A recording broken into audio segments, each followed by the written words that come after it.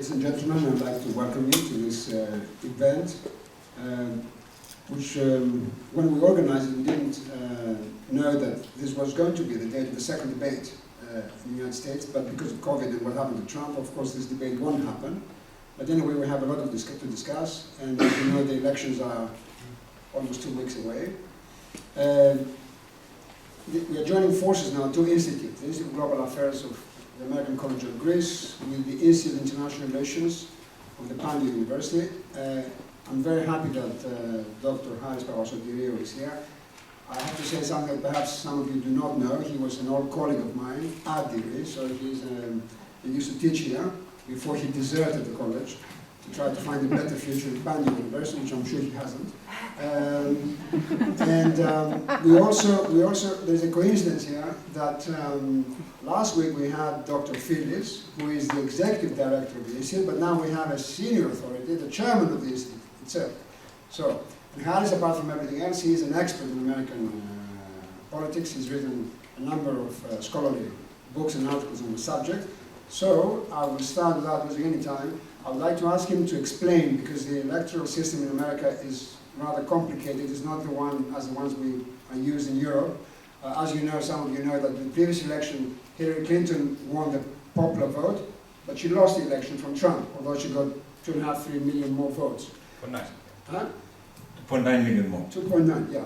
So, give us a brief explanation of how the American people vote and how the president is actually elected. Right. Let me first say I'm glad to be back here. I was enjoying visiting my own school where I first taught in Greece. Now, what we need to understand about the presidential election system in America, the United States, is that it's an indirect system. The people vote in the states. Each people vote for the electors. Then the electors in the electoral college will elect the president. Now, the thing that is unfortunate, in my opinion, is that 48 out of the 50 states have decided that 100% of their electors will go to whoever has the most votes. Right? Only 2 small states divide their electors proportionally. This means that if at the moment Trump, for example, in California has 35% in the gallops, he has absolutely no incentive to go to 40%.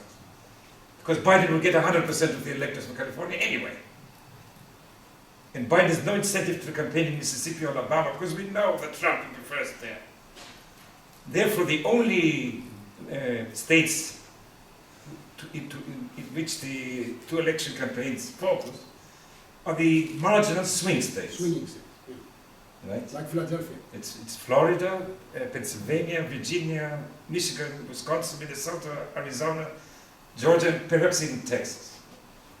Some states that used to be very heavily Democratic, like Minnesota, are in play. And some states that used to be heavily Republican, like Arizona and Georgia, are also in play this year. Right? So you will see, if you live in California, you may see 1 or 2 political ads a day. If you live in one of those swing states, from morning to evening, you'll be swamped with political ads. Right?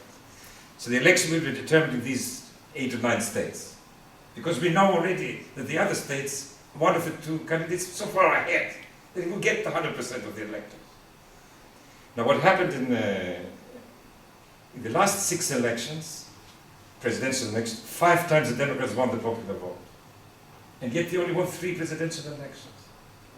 In 2, the year 2016, the Democratic candidate had more voters, popular votes, but because they were concentrated in a few large states, and he or she, in the case of Hillary, lost many smaller states, they lost the electoral college. And can you give us the numbers? How many electoral votes? You need 270 electors to win the election. Each state has a number of electors that are equal to the sum of the state's senators and US representatives. Now, in the House of US Representatives, the seats are proportional to the population. In the Senate, all states have 2 senators. So the sum of the 2 marginally favors the smaller states. And I think this system was created after when America was created, so that the big states won't kind of dominate the small ones. Yes, and also because the founding fathers were not Democrats. They were elitists. They wanted dictatorships. They didn't want the people as a whole to vote. So they created various impediments. Let me say that the electors originally were chosen by the states' assemblies. It's only in the 19th century that they were elected by the popular vote. Right? So at the beginning, the United States were not what we would today describe as a democracy. It was a different system where the voice of the people was mediated by the state assemblies and the electoral college. You wouldn't call it a democracy at the moment. Well, that's a big debate in the States. I just want to ask you something.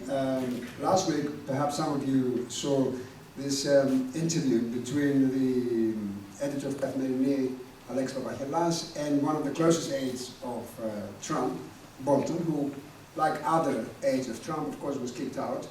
I think Trump probably has the record of getting rid of assistants and close people. I don't know, perhaps you can correct me. Have you seen any other president dismissing so many close? No. No. Okay. So, Bolton, in this discussion with Papasotiriou, said at one point, which is an interesting fact, that he called Trump an anomaly in the democratic system. And that he actually said that it's the first time in US history that we have such a president. And that obviously he has to go. And he was one of the closest aides of Trump. So, would you like to somehow say a little bit more about what this anomaly is about? Because I mean, one thing is the Constitution, one thing is all the things that Trump does with, you know, today one of the big problems, of course, is the election of this woman in the judge. Ratification by the Senate Okay. for appointment to the U.S. Supreme Court. But the anomaly is evident even if one considers the fact that he's the only president who had no public office prior to being elected president. All other presidents were either elected officials or they were generals, they had some kind of public office. He was a celebrity. Not even a successful businessman, it turns out. He was just a celebrity through The Apprentice, this show. He acquired the image of a successful businessman.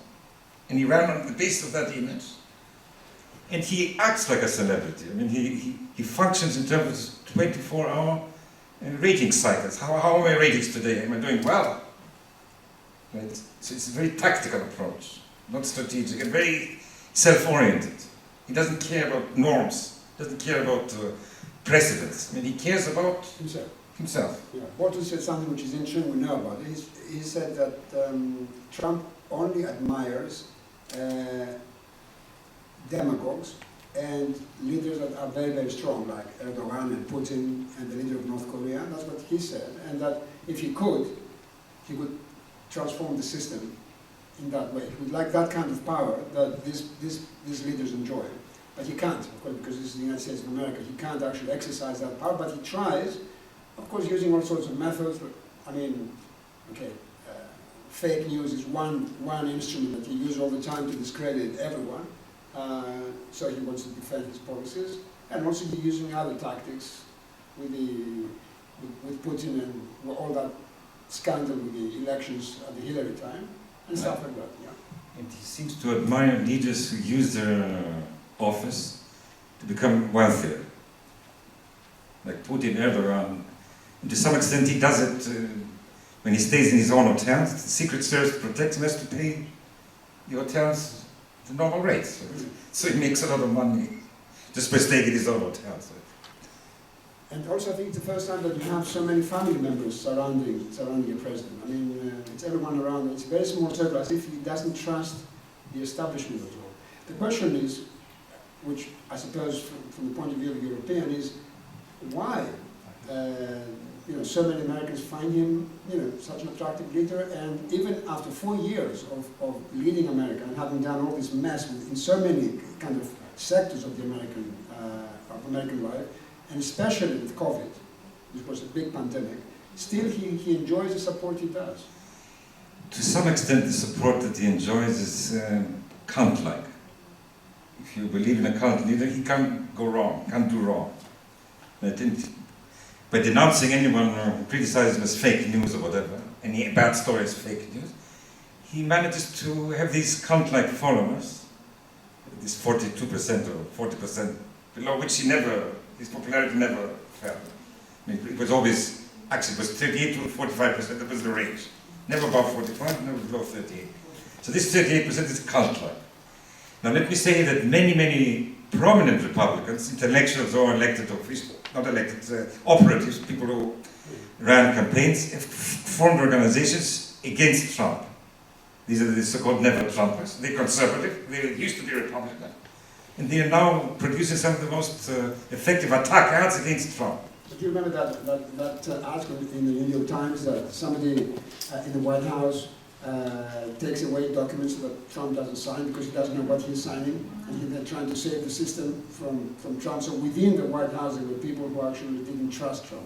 Well, that was Roy Cohn. He was the leading economic advisor, and he saw on Trump's desk tariff bill against the Europeans, and he simply took it away. That was in September 2017. Yeah, but the fact that he didn't actually notice it says something about him as well. Right. But he wasn't aware of that. But eventually Trump got rid of Roy Cohn and relied more on Navarro, who's the protectionist. Now, in one of the latest TLS reviews, there were 4 books on Trump, and the cover of the TLS Times supplement was, will he go? The question now is also, if he loses the election, whether he will try, because it's going to be, the election is going to be through The Electoral College. no, but also through, because of COVID, it's going to be through through mail. Postal voting, yeah. Yeah, postal voting. He always says that this postal voting is fraudulent, and he never says in public that he will abide by the result. He's probably the only president in history, again, of the United States, who doesn't say that he's not going to respect the result of the elections. So, will he go? Or he will try to somehow, because there will be time, when the election ends, by the time his postal votes are counted, there will be some time. And he may claim that he actually won. Yeah. And then stay in the White House, and who's going to get him out? If for example, he has the majority in the High Court. Yeah, but if it goes to the Supreme Court, the U.S. Supreme Court, I think the U.S. Supreme Court will uphold the law. They will approve it. I think so, yeah. But the nightmare scenario is, because many more Democrats will use postal voting than Republicans, according to the Gallups, in the evening of the elections, he may be ahead, but in the next few days this may be overturned if more postal votes are counted, and then he would say fraud, Exactly. and go to the courts. Which is why it's important that Biden is seen as the winner already from the evening of the elections. And this is increasingly likely. I mean, if you look at the recent averages of the most recent poll, he's ahead by 9.5, 10% overall, and he's ahead in most of the key battleground states that he needs. And therefore it looks increasingly likely that in the evening of the elections, Trump will be behind. He will still claim that the postal vote was fraudulent. And then we'll have to see how the various officials in the Republican states will act. Now, the nightmare scenario is what happened in 1876. In various states, they had different government, a different party controlled the government, and a different party the assembly, and they sent different teams of electors. Yeah. And then the election was determined actually by a bargain whereby racism returned to the South. The era of Reconstruction ended, and thus the Republican gained the presidency. This is the worst scenario that we might see this year, a repetition of 1876. The states may send different electors, different sets of electors. But since we have all these articles and these books that just came out, it seems that there is a real worry that he will do that. And also, every time he's asked about the result, he never commits himself to say, yes, I will respect the result. So this scenario, this nightmarish scenario, it's pretty possible. Yeah, it is. My only hope, and I emphasize it's a hope, right, is that functioning as a celebrity, he might say, look, I think the election was fraudulent, but for the good of the country, I concede. So to keep his cult followers satisfied, but also pretend to be sacrificing for the sake of domestic tranquility. That's my hope. I'm not making a prediction. The interesting thing about, you said something which is correct about Trump creating the cult. We know that a lot of demagogues and populist leaders try to create this kind of personality. The interesting thing about him is that he managed to appear to the rednecks of America as an anti-establishment guy, although he's also projecting himself as a millionaire. So how can you be at the same time a millionaire? Yeah. And if you're a millionaire, you're not anti-establishment, obviously, you have connection with the establishment, and at the same time, project himself to these people as one of them. Yeah, it's very interesting. This, I think what he did is he said, I'm not part of the political establishment, but I've been fundraising, giving them funding, and I know how corrupt the system is. And because I don't need their money, I won't be corrupt. These are the arguments that he was making in 2016. But the interesting thing is now he acts as if he's an opposition leader. He promised the new program for the blacks to give them many billions of dollars. Why did you pass the previous 3 years like that? You were president. He also Now he's promised, still making promises. he also promised that he would give the same medication he had to fight COVID to all the old people of America. For We free. know, of course, that this is completely fake because that medication is very expensive and you can't actually afford to give it to everyone. Now, I want to say something about Biden, though. Although perhaps Biden is quite sympathetic to most people here in the room, supposedly we're all liberals here. On the other hand, I am actually astonished that the Democratic Party could not find a younger man or a younger woman to actually, compete. I mean, they found a man who is 77. And one wonders, when you have young businessmen, young professors, young intellectuals, young politicians, why it was so difficult to find somebody who can actually compete with Trump on a different kind of basis. Well, what happened in 2016 and 2020 is that there were rebellions against the establishment and globalization and so on, business as usual, both on the right and on the left. And they were on the right Trump, on the left Bernie Sanders, both years. Now what happened in 2016 is that the establishment candidates never coalesced around a single anti-Trump person. And the reason is because Jeb Bush refused to withdraw. Because he was responsible for the rise of Marco Rubio and thought that Marco Rubio stabbed him in the back by running against him, he refused to leave the race. And therefore, too many establishment candidates remained and opened the way for the rise of Trump in the primaries. In order for the Democrats not to repeat this year, when Joe Biden won the South Carolina primary, Pete Buttigieg, a centrist, and Amy Klobuchar, a centrist as well, left the race and endorsed Biden because they saw that he was the only one who seemed capable of stopping Bernie Sanders. Bernie Sanders, yeah. So they did what Jeb Bush did not do in 2016. The establishment coalesced against the radical candidate, Bernie Sanders on the left, whereas this did not happen with the Republicans in 2016. In many ways, the Democrats learned from the mistakes of the Republicans. And it just happened to be Biden. And if Pete Buttigieg had won South Carolina, then he might have been the beneficiary. He was certainly young, 37, 38. And a very unusual candidate, married to a man and still Christian, veteran of the Afghanistan war, very attractive, in many ways, fresh, young face. But for good or ill, it was Joe Biden who won South Carolina. Thus he emerged as the guy to stop Bernie Sanders. Okay, let's assume the nightmarish scenario that Trump is elected. What would be the consequence of that in foreign affairs, for us, Greco-Turkish relations, for the global economy, his war with China, trade war, and stuff like that, and then domestically, but mostly internationally? I think the key to world stability in the 21st century is that the West remains united.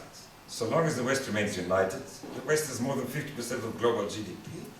It can stand up to the Putins or the Xi Jinpings of this world. But if the West breaks down, if it separates into a Europe autonomous, North America, Japan on its own, then China will have more opportunities to disrupt the post-war liberal international order. Do you think that Trump is doing that? Is creating frictions and divisions within the Western European camp? Absolutely. Yeah.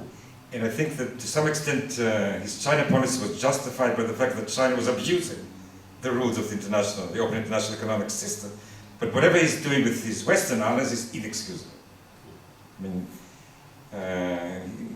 it took him several months even to say that Article 5 of NATO was in force.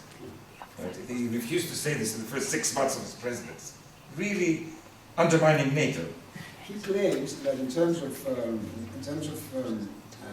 in one area of foreign policy is that he's pulling out all the American forces and that he's not sending the American boys to war and that he's a peace man and stuff like that. In fact, one Republican actually suggested that he should be Nobel Peace Prize. Yeah, the Nobel Peace Prize should be nominated for that. What do you think? I mean, is he disengaging in certain areas, or that is a wrong perception?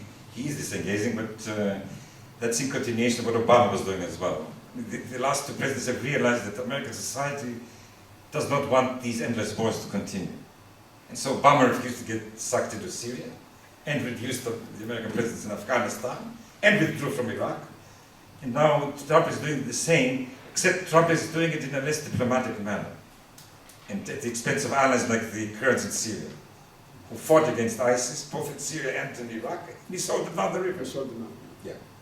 Just cynically, when he talked to Erdogan, he said, look, I need to satisfy my base, so I need to get out of Syria. Can you take over there? And that's what Bolton wrote in his memoirs, because Bolton listened. Whenever Trump spoke with the foreign leader, Bolton listened. So very cynically, just for electoral gain, he betrayed, he started the Kurds in Syria in the back. I mean, it's amazing if you think about it. American credibility is zero. Why should you trust America's alliances if they behave in this, in this manner? When it comes to us, Greco-Turkish relations, do you think any change?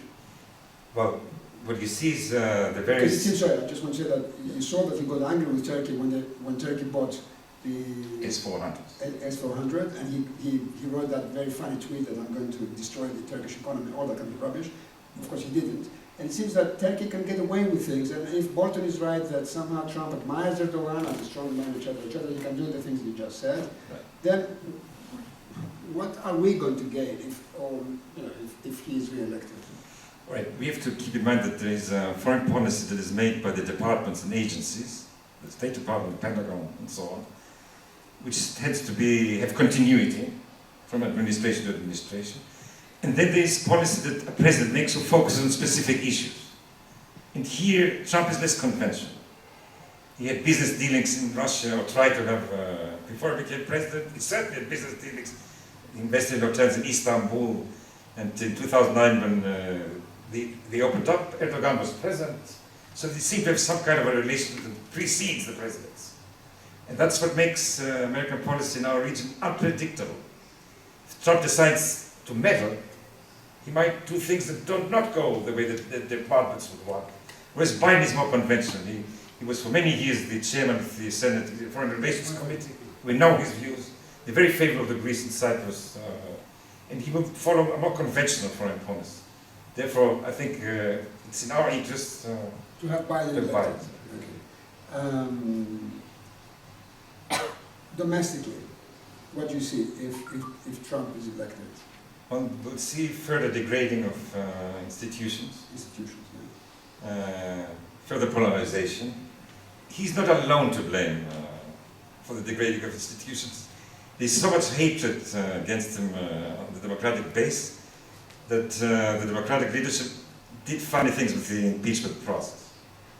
If you follow in detail, they also, to satisfy their base, degraded the impeachment process. They did things that are marginal. But institutionally, the Obama presidency was a model. A model, yeah. But he was a constitutional law professor. Yeah. He knew constitutional law. He taught constitutional law. Yeah, but he would have been, a kind of a different kind of man. But sometimes I wonder, because Obama, of course, was very popular in Greece, the transition from Obama to Trump seems to be shocking. In other words, to have 8 years, that kind of leader, that kind of example of leadership, and then from that example to go to Trump. That's like another paradigm. It's like you're moving to another plateau. It's a completely different kind of human beings even. What we have discovered recently through publications, The Atlantic and other publications, is that Trump considered successful someone who makes money. Right? And Obama was not that type. He was a community organizer, a scholar, a constitutional scholar. Money was not so important for Obama. That's why Trump doesn't understand why people serve in the military. Why risk your life for a job that doesn't, you don't become rich? And unfortunately for him, this received a lot of publicity. He's the only Republican president since 1968. He's not overwhelmingly supported by the members of the armed forces, right? Because they see how he despises them, in effect, right? And so he is losing votes. That's one of the reasons why in key battleground states he's doing badly. The other amazing thing is I remember reading an article in, again, the New York Times, they had a kind of statistics. They found out that Trump lies per average 6 times a day. And, but it seems like we use that phrase for Reagan, that he was a Teflon kind of president, that things, you know, slide. With him, there are so many scandals, so many lies, so many people from different, you know, I suppose, sectors of the American society attacking him, exposing him, showing things that he's done wrong. His ex-colleagues, his ex-aides writing books, articles, accusing him of all the, you know, misgovernment. And he still, somehow he can get away. He gets away, but the fact that so many prominent Republicans, intellectuals, and so on have formed institutions, organizations campaigning against him. This, I can't remember another instance in American history. The closest is Democrats for Nixon. But they were not really campaigning against McGovern. They just thought their voters were closer to Nixon, more conservative, southern states and so on. But the viciousness of the attacks that are directed against Trump by Republicans, former Republicans, conservatives, is amazing. I mentioned before Obama. I just want to ask you something, which is an interesting question. We talk about the transition. What was wrong with the Obama administration so that many people felt left out from the system and then they somehow welcomed Trump? What went wrong in those 8 years? Because from our point of view, when you stand outside from Greece, of course Obama was a model president. But obviously there was something wrong in the United States to have that kind of, as I said, this kind of drastic swing. Okay, I think there are two different elements here. One is the old races. And by my calculations, these are up to 20% of the American people.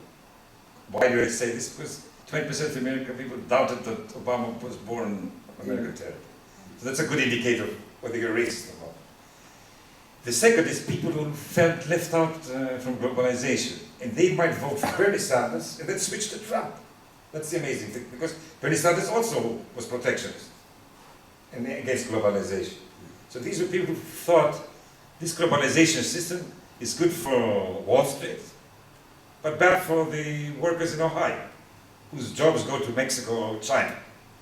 And he managed to attract these disaffected workers, and evidently he brought people to the election booths now that he did not bother to vote. Right? He didn't appeal to the usual voters, but people who felt left out, who might well have voted for Bernie Sanders if he had been the Democratic candidate, but then they switched to Trump. So the white working class, basically. Less educated white working class. Okay, one can add, of course, that the elections was a woman competing, Hillary Clinton, and therefore, apart from the 20% racist, there's also another percentage of Americans that don't want a woman. Exactly, because we haven't had a woman yet present in the history of the United States. True. And if you think that this is a country that always claims to be so democratic and so open and stuff like that, in Europe you see so many women prime ministers or presidents, and America is the only country of the Western world that hasn't seen yet a woman as a president. No, and there was a tantalizing article published in the Washington Post that said if Trump loses there will be a civil war in the Republican Party, and if the anti-Trumpists win, you might see her as a candidate in 2024, Nikki Haley, who is the daughter of Indian immigrants. And then if Kamala Harris is on the other side, she's also to women, yeah. To women, but also yeah. Kamala Harris also one of her parents was for an Indian. Right? So it's really an amazing shift, and I'm certain that behind this article is Nikki Haley. She's preparing the ground for 2024. Okay. Well, as far as I'm concerned, I see this as a positive development. Oh, I would see that as an excellent development. if this was my dream world. Because you cannot stick to the American WASPs. I mean, America has changed. It's a new country, and it's keep changing. So you have to take that into account when you're talking about elections. The other thing that you actually mentioned, which is very worrying, is that even if Trump goes, American society is so polarized, it was going to be extremely difficult for Biden, or for any Biden, to some kind of bridge the kind of gap and trauma that has been created by Trump. He would need to do what is traditional in America, appoint in his cabinet a prominent Republican.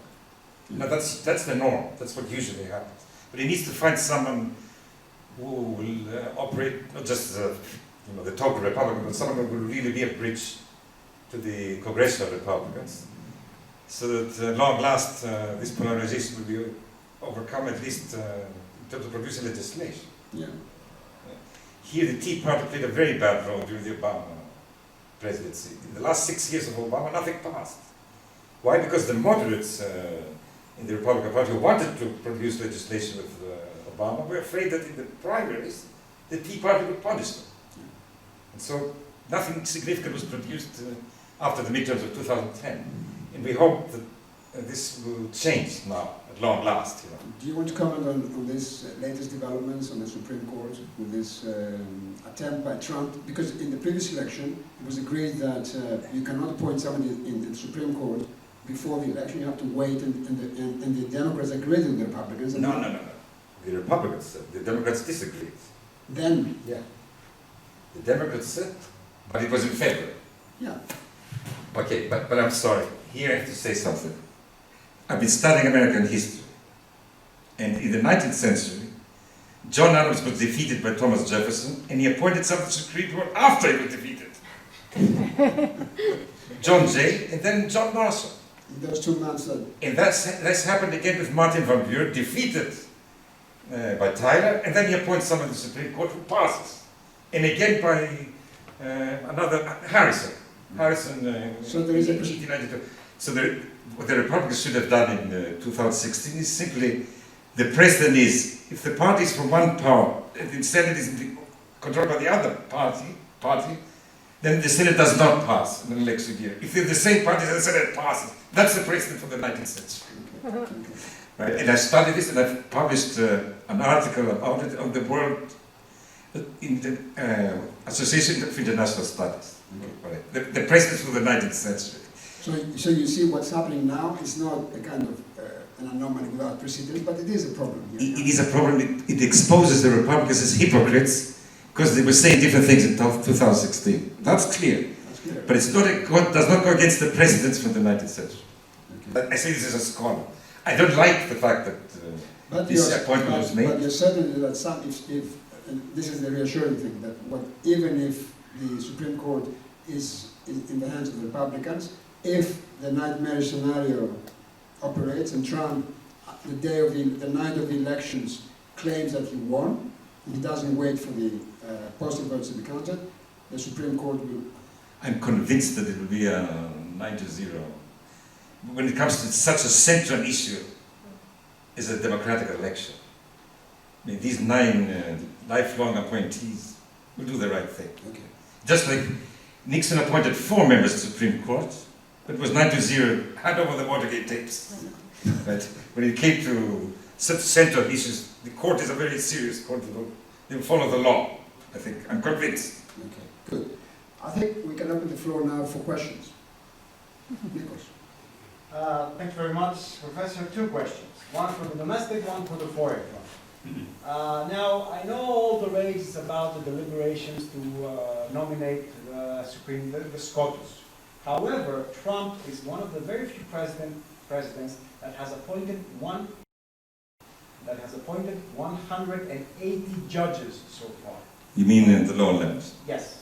So he went to a great extent to make sure that whatever happens after him, the Republicans will rule the judicial system. Okay, that's not the reason why he did it. No. The reason why he did it was to get the Christian fundamentalist vote. He doesn't care about what happens in the court in 20 years. All he cares is to get the Christian evangelical votes. Okay. Right. But the Republicans made a very clear case that if Hillary was to be elected in 2016, they would hold all elections hostage, all nominations hostage. They couldn't do that because the Democrats changed the rules, and there's no longer the filibuster in judicial nominations. The filibuster is gone for judicial nomination. That's why Trump has been able to do this, because the Republicans control the Senate. So there's no filibuster anymore, he can appoint. Let me say one thing here. In 2009, when Trump for the first time thought of running, he met two operators, conservatives. And one of them told him, "Sir, you have a problem. You'll be giving money to pro-choice organizations." He said, "Why is it a problem? You can't get the nomination if you're pro-choice." And then Trump says, "I'm pro-life." So he switched within a second. Once he was informed, you need to be pro-life, get the nomination immediately. That shows you what kind of values person he is. Okay. And on the foreign front, I want to ask about, can U.S. credibility recover after Trump? I'm sure. I mean, in terms of factors of power, the United States remains the only superpower, the only power able to project force anywhere in the world, the leading economy. Well, not in the pandemic, but things are restored to normality. So I think that a more conventional president will, just as happened after Bush with Obama, you know, American credibility quickly gained ground, I think. Okay? There we go.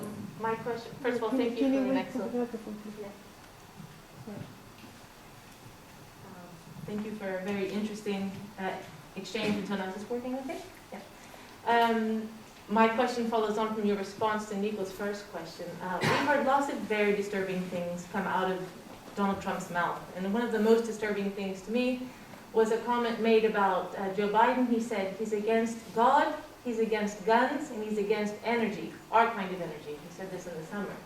And what's disturbing about it is that it really points to the strange combination of issues that is very important to his electoral base.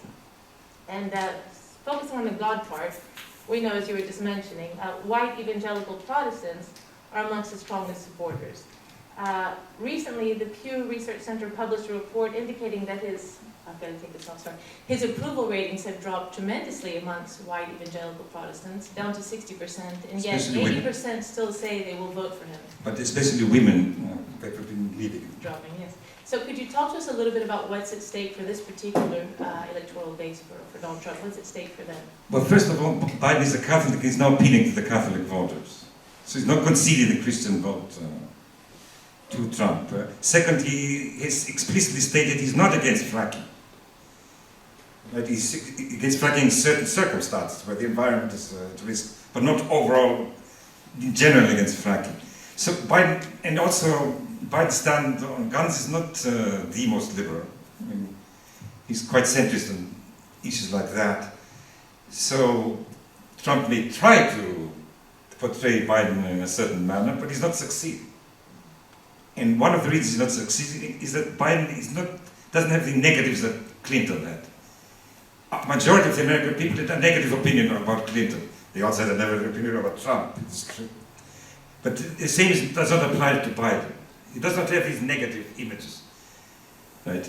And let me say something here, because I constantly hear people say that he's God-prone and so on.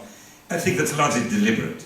He was first elected to the US Senate in 1972. He's half a century part of the core of the political establishment of the United States. If you want to be close to the American people, a few gaffes make you more average, more approachable.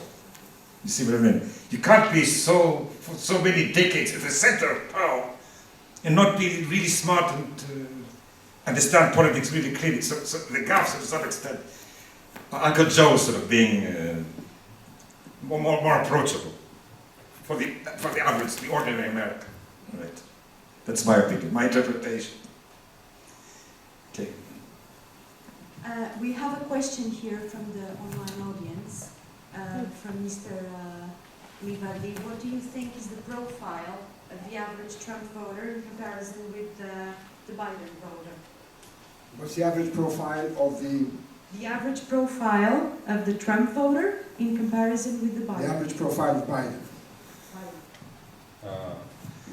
Certainly, the Trump voter tends to be less educated, white, working class.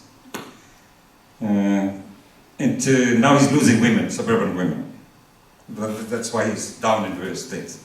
So Biden has a majority of women, which is growing, and also on the minorities, and also the better educated whites. Amazingly enough, I mean, it's a complete reversal of what existed before 1968. That when the working class was heavily democratic, the middle class was Republican. Now it's reversed, amazingly enough. But, so we have this strange phenomenon, and it's not, it was the same with McCain as well. And all the crimes we had recently against the Afro-Americans and the black community, and the way that Trump reacted to that and responded to that, probably we have a black vote will to a great extent go to Biden. Yes, and I have to emphasize here a very important point. Trump got fewer voters in Michigan than Mitt Romney 4 years earlier, and yet Romney lost and Trump won. Why? Because there was a huge drop of the black vote in Michigan. That's why Kamala Harris was chosen, a black woman, to mobilize the blacks in key states like Michigan. She will. And she will. Because I saw the vice president debate, and she was very powerful. She was very effective. Very effective, yeah. 50% thought she won.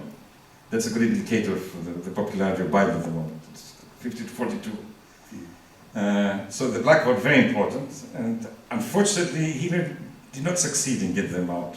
Whereas Biden is perceived as more friendly to the blacks than Hillary Clinton. That's why he won South Carolina. South Carolina was the black vote that made the difference. A leading civil rights icon said, vote Biden. He's the best to defeat Trump among the available candidates. And so the black vote mobilized in his favor. If I can add something to that, of course, when Harris said about the uneducated, he's also, one has to bear in mind that since I think we all agree that we're talking about a demagogue, first-class demagogue. Demagogues always try to appeal to emotions. They want angry people. They don't want to have logical arguments and persuade voters on the logical basis. And I think with Trump, I'm always reminded, because Harris said it, this kind of joke of Groucho Marx, that these are my principles, but if you don't like them, I have some more. So he can switch principles any day. He can say, today he can say that, and then the next day he can say something else. And if you say to him that you're contradicting yourself, he says, no, you're contradicting yourself, you're lying. I'm fine. Because if you want to have an emotional reaction to things, but don't even have memory, you don't remember things. Okay, so in that sense, yeah, I mean, that's why he wants angry people all the time. He's always attacking people with that kind of language. We've never seen actually politicians speaking the language that he uses in his tweets. It's absolutely amazing how he's degraded the English language in the political game. I mean, you can be nasty, you can be hard, but the kind of language that Trump uses when he's attacking his enemies is phenomenal. And let me add here, but since we started by saying how unusual it is, he's the only president since FDR, or from FDR onwards, who uses openly racist appeals. It's amazing that they didn't, the first debate that they didn't denounce white supremacy. And then the next morning, Fox News, his favorite program on Fox News, told him, Mr. President, that was a mistake, you need to denounce it. Even his strongest propagandists said that was a mistake. I mean, you can't be openly racist in the 21st century. Right? It's amazing. Right? Yes? Hello, professors. I have two questions. First of all, I'd like to ask you, President Trump has drifted away a bit from Reaganism and the policies of President Reagan. What happened to the voters that were pro-Reagan and pro-free trade and his acts in general? Did they vanish? Did they go towards the Democrat Party? What happened to them? And the second one is that in the last elections, President Trump won in some extent thanks to some scandals published by the CIA about Hillary Clinton. No, not the CIA, the FBI. Yeah, sorry, FBI. Does Biden face any threats like that now? Is there any scenarios? On the first question, Hillary Clinton was closer to Ronald Reagan on free trade, on NATO, and on immigration. The last great immigration act legalized 12 million undocumented, whatever you call them, was Ronald Reagan in 1986. Reagan had said before being elected president, if they live here, if they work, if they pay taxes, they should become citizens. It's the opposite of Trump. Yeah. Now, what happened to the Reaganites? Well, many of the intellectual Reaganites formed these anti-Trump organizations, right? Because they follow the older principles. And obviously, many Reaganites must have voted for Hillary because she won the popular vote by almost 3 million, right? But unfortunately, the Reaganites who remained elected officials were too afraid to stand up to accept Mitt Romney. They were just too afraid to lose in the next primaries, that he would influence the base, and that they would lose in the primaries against a more Trumpist candidate. So therefore, they did not clash with it, which is cowardice, really. I mean, they were, after keeping their jobs rather than following their principles. It's sad for Reagan's party to be so in such a bad state, following this demagogue, unprincipled, just to keep the elective posts. Well, if I can say something on your second question about the scandal, of course, Trump has tried with Biden's son, and the Ukrainian president. Yeah. So there is an attempt there. And he will use it. He's using it. He's using it, that's absolutely true. But let me say about Biden, he first ran for the presidency in 1988. And then it came out that he had plagiarized while he was in college and was punished for this. And now, because this is old news, it doesn't affect him anymore. I mean, it's been scrutinized so often that anything that might come out, it's come out decades ago. The president of the Ukrainian president gave an interview. No. Did you see it? And he was asked about the whole thing, and he was trying to evade the question. Yeah. Because he wants to have a good relation with the United States in the future, so he doesn't want to alienate anyone. If Trump gets elected, he doesn't want to alienate him, neither Biden. So, but he was asked, I saw it on BBC, what actually happened. He didn't say, but Trump's going to use that, the Biden thing. I mean, I don't think that's going to stick so much, because those who actually have decided to vote for Trump will vote anyway. Yeah. And I think those who are undecided, I don't think that this is going to be a big issue for them. The economy is going to be a big issue. COVID, I think these are the things that people will decide. And let me say that the one strong card that Trump had was the economy before the pandemic. And the pandemic undermined that. Right? So he lost his Trump card, if they play with words. Yeah, exactly. Okay. Any other question? Yes, there is one from the audience. What aspects of, what policies of the Trump administration do you think Biden's most likely to focus on, if elected, that will bring change? For example, environmental policies or others? Yes, certainly environmental policies, immigration. There will be much more humanitarian approach to the undocumented immigrants. These are things that Biden said he might try to change in the first 24 hours. Things that he can do by executive order. And I think he will mend fences with Western Europe. I mean, Very much. I think that one of the first things that we need for the president to do, because he creates havoc in Europe all the time. The way he treats leaders and the way he talks about other countries. For sure.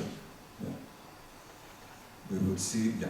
A minor question, if I may. Is still the pro-choice, pro-life dilemma a big issue in the US debate? That's what two things I are can't believe it. about the new appointee, the US Supreme Court.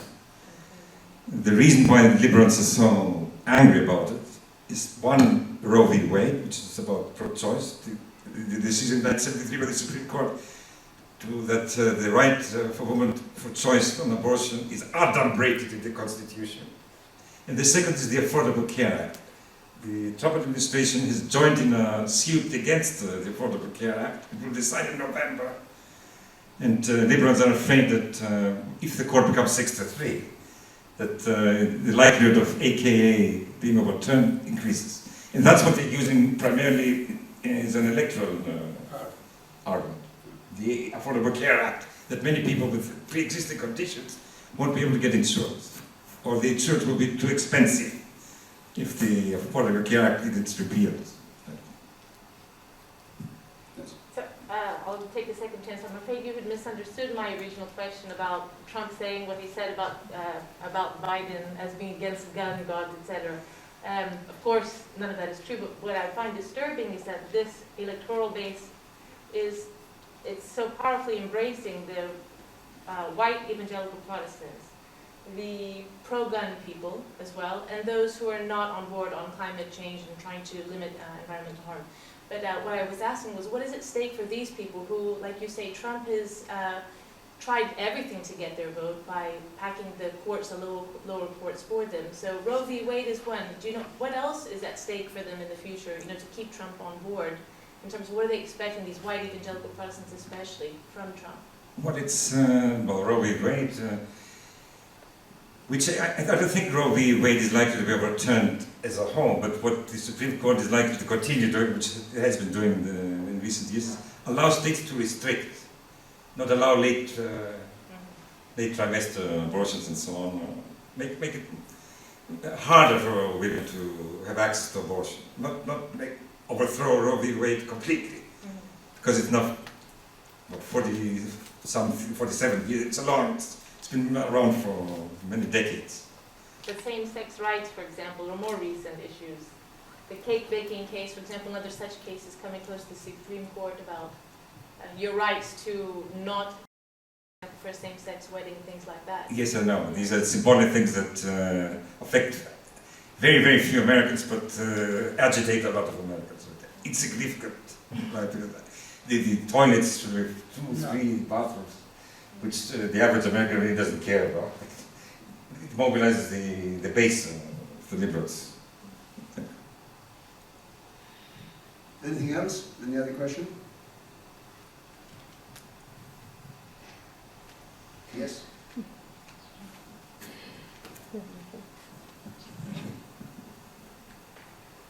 Hello, and thank you for your time. So I know you talked about your hope about what is going to happen, but do you have I don't want to say a prediction, but what do you think is going to happen? Because I actually studied in the US, and I remember everybody was pretty much certain that Hillary was going to win, and then the day after the elections, everybody was shocked. Right. So is there a chance that we are going to see this happen again? All right, let me say that in the gallops, no one in the 21st century was so consistently for over many months ahead of the other candidate as Biden with Trump. You have to go back to the 1996 elections. That Clinton had a steady advantage over Bob Dole in the gallops. Right, so if the gallops are, and I'm not talking about any specific opinion poll, but the average of the recent opinion polls that are published. Therefore, the chance of a mistake is minimized if you take the average of all the recent polls. Right? So we have, you see, consistent Biden advantage. So the only problem is if Biden gets his final victory is not apparent on the evening of the election. But even that, you said, it won't cause a constitutional crisis. The Supreme Court will never actually accept any kind of statement by Trump that he's won before the postal votes are counted. I agree.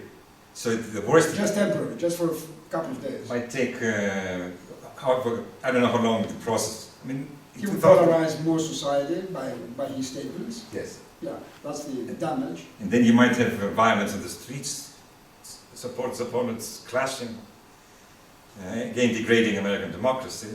But the end result, I think the Supreme Court would be lawful.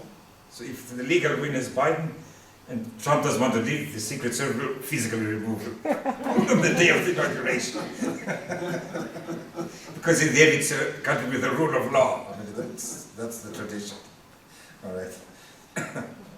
No, I think we're all looking forward to January, in that wonderful moment when Trump will have to, invite to the White House Biden and hand over, Right. Noon of the January 20th, Yeah, exactly. 2021. Well, thank you so much, everyone. Thank you, Ivan. Thank you. Thank you.